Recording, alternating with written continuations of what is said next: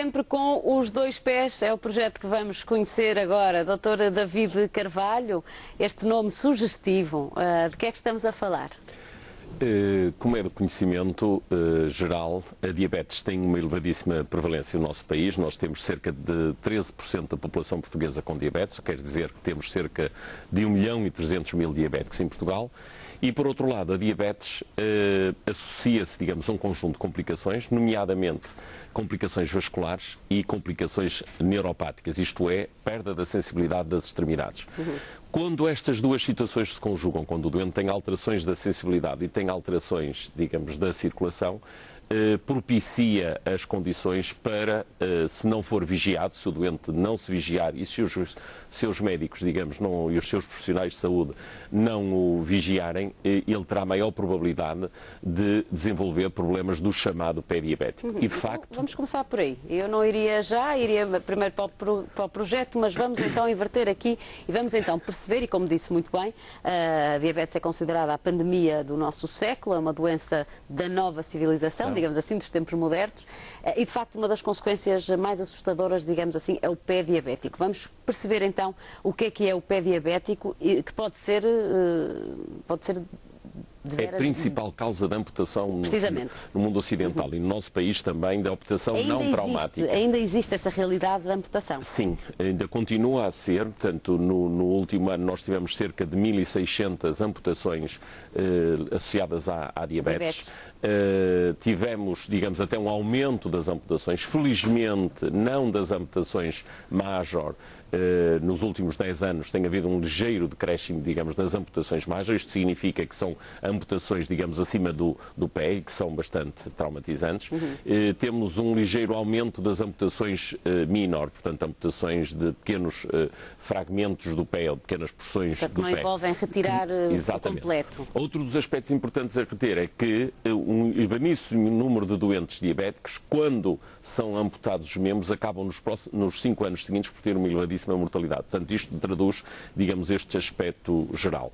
Portanto, conscientes disto e conscientes, digamos, de algumas dificuldades de articulação entre os cuidados de saúde primários e os cuidados hospitalares, e os profissionais de saúde que integram as chamadas unidades coordenadoras funcionais, e o Hospital de São João tem 2 unidades coordenadoras funcionais, tem uma em que o Hospital de São João está articulada com o agrupamento de centros de saúde de Maia Valonga, agrupamento de centros de saúde de Porto Oriental. Estas 2 unidades coordenadoras funcionais verificaram que havia uma certa dificuldade na articulação, uma certa dificuldade em que os doentes pudessem aceder aos cuidados diretamente à consulta do pé diabético. Aliás, digamos, nós já tínhamos feito um esforço no sentido de abrir esta consulta, que até há cerca de 4 anos atrás estava fechada para os doentes que já eram seguidos pela sua diabetes no nosso hospital, e criaram, digamos, um projeto que visa fundamentalmente facilitar o acesso aos doentes, por outro lado, propiciar formação prática aos profissionais de saúde dos 2 ACEs, no sentido de mais facilmente rastrearem essas situações. Isso é muito importante, essa formação. É extremamente importante. Portanto, os profissionais de saúde já tiveram diversas ações, nomeadamente nós temos uma boa articulação com os centros de saúde e todos os anos realizamos um curso de formação pós-graduada, mas mais do que formação em sala, o que se pretende é que haja uma formação prática. E então os diversos profissionais de saúde vão numa primeira fase, passar, digamos, pela nossa consulta do pé diabético, onde, juntamente com os diversos profissionais, porque na nossa consulta nós temos uma equipa multidisciplinar, temos endocrinologistas, temos enfermeiros, temos podólogos, temos também o recurso e a colaboração muito importante de cirurgiões vasculares e também de ortopedistas. Cada vez mais se trabalha assim, não é, Sr. Doutor? Isso facilita, sobretudo ao doente, não ter que andar de consulta para consulta. Ele, digamos, quando vem à nossa consulta, é observado, digamos, por esta equipa multidisciplinar e procura-se que essa equipa responda às suas necessidades. Se ele tem perturbações, por exemplo, de formigamento deformidades do pé ou alguma alteração, digamos, da biomecânica do pé, digamos, podemos desde fazer palmilhas que facilitem, digamos, a sua marcha, até fazer tratamentos podológicos que possam prevenir. Mas, portanto, a lógica vai ser estes profissionais passarem por cá, porque um dos aspectos muito importantes, e este projeto tem, digamos, duas vertentes muito importantes. A primeira vertente, no que diz respeito à referenciação, é a possibilidade de os médicos e as equipas de saúde destes dois agrupamentos de centro de saúde poderem diretamente enviar os doentes. Em situações urgentes, no próprio dia, poderão contactar o responsável da consulta de pé diabético e enviar no próprio dia, situações de urgência. Portanto, isso vai beneficiar o próprio doente. Exatamente. Em muito. Em muito, porque poderá de imediato. O que é que acontecia até agora, Soutor? Até agora, digamos, aquilo que era feito era os doentes que iam ser referenciados primeiro para a consulta de diabetes em geral, depois de serem observados os endocrinologistas, que eram referenciados à consulta de pé diabético. Portanto, perdia-se aqui... Perdia-se tempo. E perdia-se, digamos, a oportunidade ótima de tratar o doente. Mas este projeto também tem outro aspecto importante, que é os doentes, depois de eventualmente a correção das deformidades, eventualmente de uma revascularização, se tiverem condições, devem ser devolvidos outra vez ao centro de saúde. Portanto, também o seguimento periódico destes doentes é muito importante. Portanto, os doentes de baixo risco devem ser avaliados e seguidos no centro de saúde. Quando tenham situações de médio risco que possam causar, de facto, o aparecimento de uma úlcera por alguma deformidade, poderão ser enviados, digamos, para o Hospital de São João para se fazer essa correção. Os doentes de alto risco devem ser imediatamente referenciados ou pelo sistema tradicional, chamado Alert P1, ou podem até telefonicamente fazer-se contacto, devendo ser no próprio dia referenciado, quando for uma situação urgente, e quer os responsáveis da consulta de pé diabético, nas suas horas normais de trabalho, quer os médicos do Serviço de Endocrinologia que estão de apoio ao serviço de urgência, eles serem encaminhados e serem observados. Vai ser, de facto, um projeto importante que vai permitir, de facto, o rastreio, que essa é a questão fundamental. Nós podemos avaliar. E é também importante que os doentes compreendam que os seus médicos de família, as equipas de saúde existentes nos centros de saúde, podem rastrear e depois podem acompanhar quando eles não precisarem dos cuidados hospitalares. Isto é também uma noção importante, é porque nós só podemos dar resposta a um número alargado de doentes e rapidamente se nós estivermos disponíveis, se nós estivermos a continuar a ser seguidos, a continuar a seguir doentes que não necessitam, digamos, do cuidado muito diferenciado do endocrinologista, do cirurgião vascular ou do ortopedista, nós acabamos por estar a desperdiçar recursos. E os doentes serão melhores, para eles próprios, melhorarão a sua qualidade de vida, não terem que se deslocar a um hospital, certo, que é sempre uma estrutura enorme, para muitos representa de facto até um desafio entrar numa casa como aquela, e estão muito melhor seguidos, digamos, pela sua equipa de cuidados de saúde primários. Onde estão habituados, espera-se. Onde conhecem o seu enfermeiro, exatamente, conhecem o seu médico, estão à vontade, também, uma proximidade maior. Eu sei que este projeto está integrado no programa Boas Práticas de Governação. Como é que surge este projeto? Foi mesmo detectada uma necessidade de que tudo isto acontecesse, doutor? O projeto das Boas Práticas de Governação já começou há 4 anos e visa criar condições, e ele engloba também a colaboração da Universidade Nova de Lisboa e, portanto, foi dada formação para os próprios profissionais das diversas áreas perceberem, digamos, como é que é importante o sentarem-se à mesa, partilharem, digamos, as dificuldades, analisarem os problemas que existem e pensarem, digamos, em soluções. E ao pensarem nas soluções, verem qual é o contributo que cada uma das partes pode dar. No que diz respeito, este ano nós tivemos a oportunidade, obviamente, e como tem acontecido em anos anteriores com outros colegas, de ter o apoio da Administração Regional de Saúde do Norte, e nós conseguimos, de facto, estruturar este projeto. Temos como perspectiva, a médio prazo, ver se conseguimos reduzir as amputações. Portanto, numa primeira fase nós admitimos que uma redução de cerca de 5% ao ano poderia ser uma boa meta e progressivamente irmos aumentando. Claro, na apresentação do projeto nós pusemos o projeto ambicioso de chegar aos 0% de amputações. Oxalá que seja possível. Eu julgo que a longo prazo poderá ser possível, digamos, com intervenções, mas digamos, a bastante longo prazo, infelizmente, porque os doentes que já têm, é preciso ter presente que as complicações da diabetes são complicações a longo prazo. Certo. E muitas vezes, infelizmente, os doentes, o diagnóstico da doença é feito quando aparece a primeira complicação. Nessa altura... Ou seja, é muito tarde. É muito tarde. Portanto, nós temos também fazer para mudar isso. Sabemos que a diabetes atinge, como o Sr. Doutor disse, números assustadores, que se prevêem que aumentem muito. Sabemos que é uma doença que pode ser prevenida, que também é uma mensagem importante. Claro. Nós temos que intervir em termos de modificações de estilo, de vida, para prevenir o aparecimento da diabetes. Nas pessoas que já têm diabetes, é preciso também que fazermos um esforço para diagnosticar mais cedo. Porque há pessoas que a têm e não sabem. E não sabem. Cerca de 40% da população tem diabetes e não sabe. Sobretudo se tiverem familiares com diabetes, se tiverem os chamados fatores de risco para o aparecimento da diabetes. Podemos sempre relembrar, Sr. Doutor. Digamos, terem excesso de peso. Portanto, a obesidade está intimamente ligada. É, de facto, extremamente importante. Que é outro problema gravíssimo no nosso país. E, infelizmente, digamos, com a situação de elevada prevalência de diabetes nas crianças e nos adolescentes, a tendência, de facto, é para o problema se agravar, mas, no entanto, existem também programas para prevenir. Mas, portanto, se tiverem obesidade, se porventura já tiveram alguma vez o açúcar elevado, por exemplo, as mulheres que durante a gravidez tiveram diabetes gestacional, doentes que porventura quando fizeram algumas terapêuticas tiveram açúcar elevado, por exemplo, quando fizeram tratamentos com corticoides ou com derivados da cortisona que tiveram isso, doentes que têm outros fatores de risco, como por exemplo hipertensos, é importante pensar que possam também ser diabéticos, porque existe uma tendência para estes fatores se agregarem, ou que tenham, digamos, os triglicerídeos, que é uma das gorduras no sangue também elevada.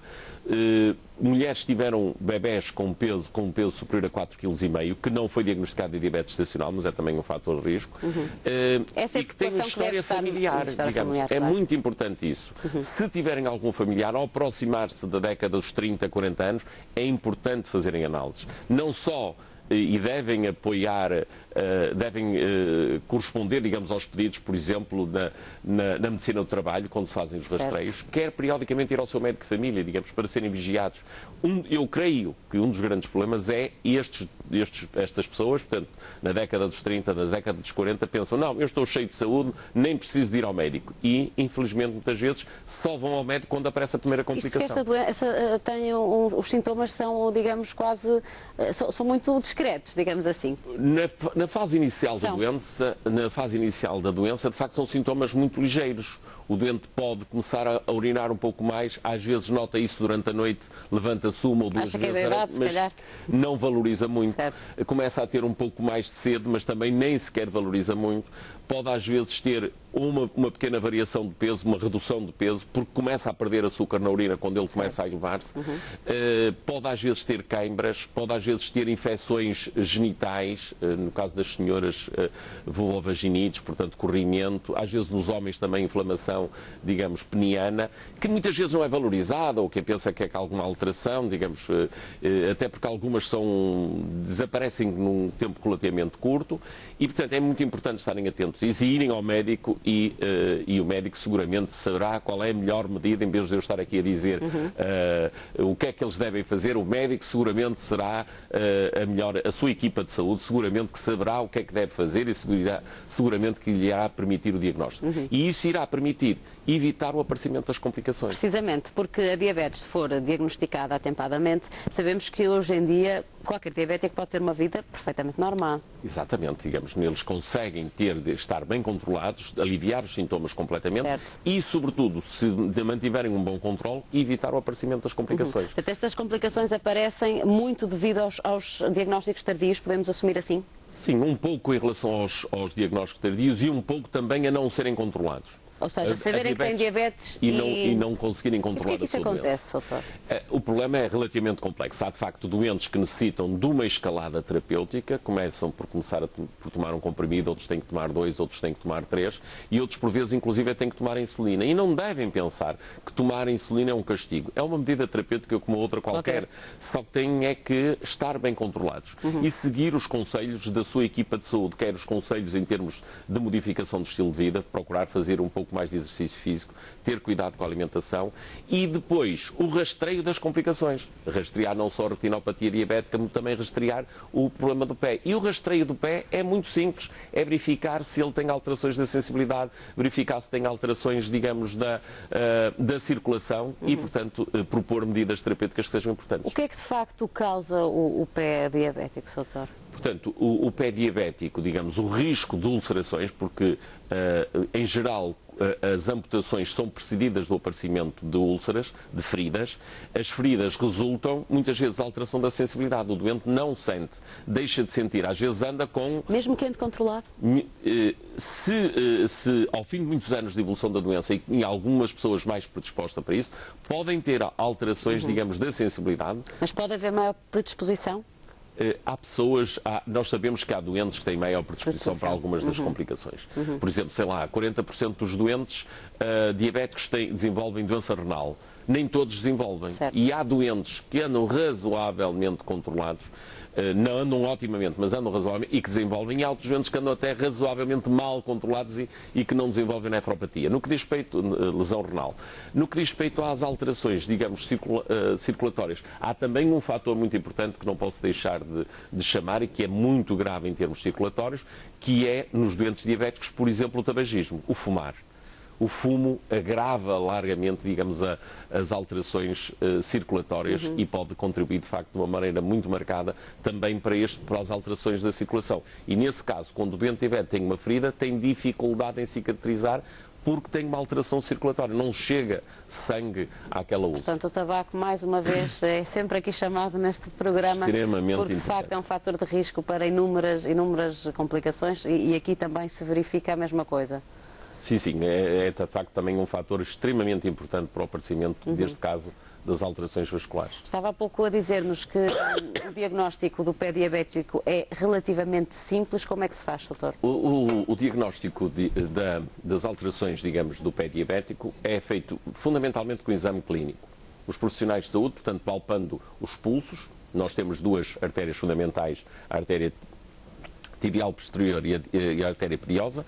Os profissionais, pela palpação, se quiserem, depois podem fazer uma técnica mais elaborada, que é determinar a pressão arterial no braço e a determinação arterial na perna, e se tiverem, digamos, uma relação de 0,9, digamos, isto é sugestivo da alteração da circulação. E pela sensibilidade, nós temos, digamos, um pequeno pelo chamado monofilamento, que se toca no pé e que se verifica se o doente sente ou não sente. Tem sensibilidade ou não. E, portanto, se ele tiver uma alteração, nesse caso, se tiver uma neuropatia, tem que ser vigiado, digamos, com um certo cuidado, digamos, será já um doente de baixo risco ou de médio risco, porque poderá começar a ter deformidades, porque ele deixa de sentir e começa, por exemplo, a ter alterações, digamos, dos ossos e começa a fazer pressão em sítios onde não deveria ter, certo, e tem que ser vigiado para o risco de aparecer uma úlcera. Portanto, o doente também é importante que o doente tenha consciente disto. Se lhe aparecer uma ferida no pé, deve procurar a sua equipa de saúde e dizer-lhe: eu tenho esta alteração.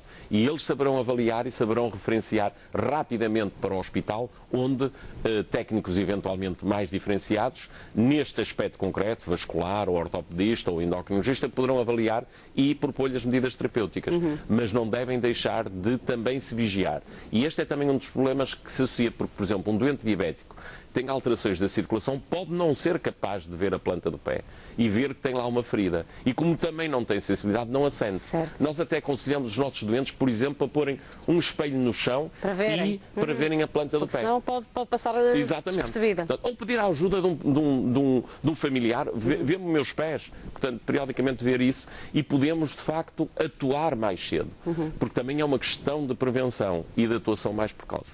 Portanto, o projeto visa, sobretudo, de facto, melhoria da articulação, recebendo mais rapidamente os doentes, possibilidade de devolver estes doentes aos cuidados de saúde primários e, digamos, o sistema tornar-se mais facilmente e rentabilizando os recursos que nós temos, é um dos aspectos importantes. Portanto, claro. A grande vantagem deste projeto é que nós não vamos gastar mais dinheiro, vamos alocar melhor os recursos, com maior disponibilidade, melhorando a qualidade de vida dos nossos doentes e permitindo que, de facto, eles continuem a caminhar com os dois pés.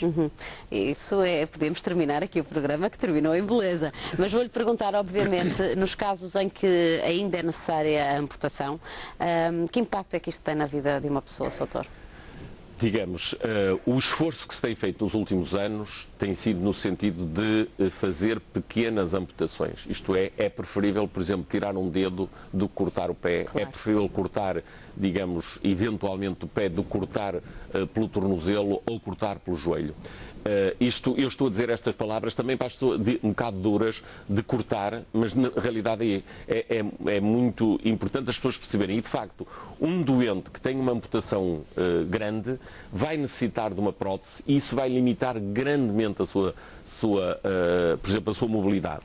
E torna-os muito mais dependentes. E quando nós pensamos que isto aparece, digamos, ao longo da vida do indivíduo, já numa fase relativamente avançada, isso dificulta extraordinariamente, claro, digamos, a sua autonomia. E há pouco eu dizia que era muito importante que fizessem exercício. Como é que um doente amputado consegue fazer? É difícil, requer uma grande vontade, requer uma grande colaboração de profissionais para o conseguir reintegrar. Portanto, nós temos que fazer tudo para procurar evitar a perda, digamos, dos membros nestes doentes. E, por outro lado, nós sabemos que se ele tem uma alteração deste tipo, porque muitas vezes vem a seguir a depressão, a seguir vem digamos, a dificuldade de adesão à terapêutica, é de facto muito importante. Agora, é preciso que as pessoas, que os nossos doentes também acreditem que é possível fazer algo e que está também na mão deles não só diagnosticar, como contactar-nos e nós podemos também ajudá-los a uma integração melhor da sua vida no dia-a-dia e conseguirem ter melhor qualidade de vida. Soutor, ainda uma questão. Há pouco falou-nos desta equipa multidisciplinar e falou-nos da podologia. A podologia parece ainda ser um pouco desconhecida da população. Nós aqui no consultório, nas segundas partes, como o Soutor deve saber, abrimos as portas aos telespectadores para que participem e temos quinzenalmente uma podologista, mas ainda se nota que as pessoas desconhecem um pouco esta função. Na sua opinião, qual é o papel de um podologista e que papel é que eles deverão ter, de facto, no universo em Portugal? Porque parece que ainda é um pouco estranho para a maior parte das pessoas. A minha opinião, em termos gerais, é de que nós temos poucos profissionais, digamos, complementares da atuação médica. E estou convencido que se nós tivéssemos mais profissionais destes, profissionais nutricionistas, podólogos, profissionais que promovam a atividade física, nós poderíamos permitir que os médicos se dedicassem mais, digamos, à sua função médica e pudessem muitas destas tarefas complementares delegar.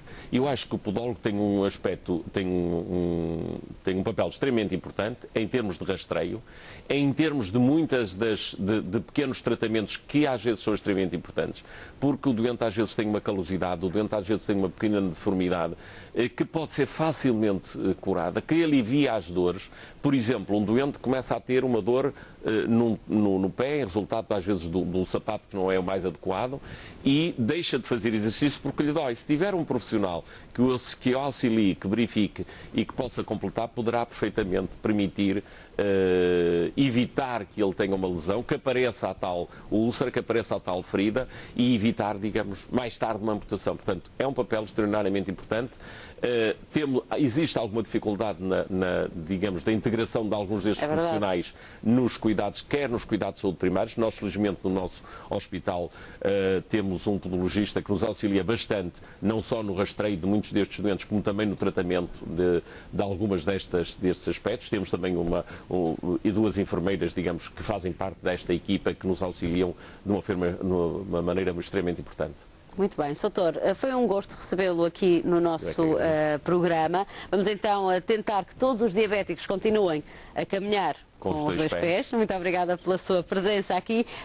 Pudemos a conhecer então este projeto Caminho Sempre com os Dois Pés. É o ponto final nesta primeira parte. Vamos para um curto intervalo. Daqui a pouco já sabe que as questões são colocadas por si, por isso mesmo espero por si nesta segunda parte. Até já.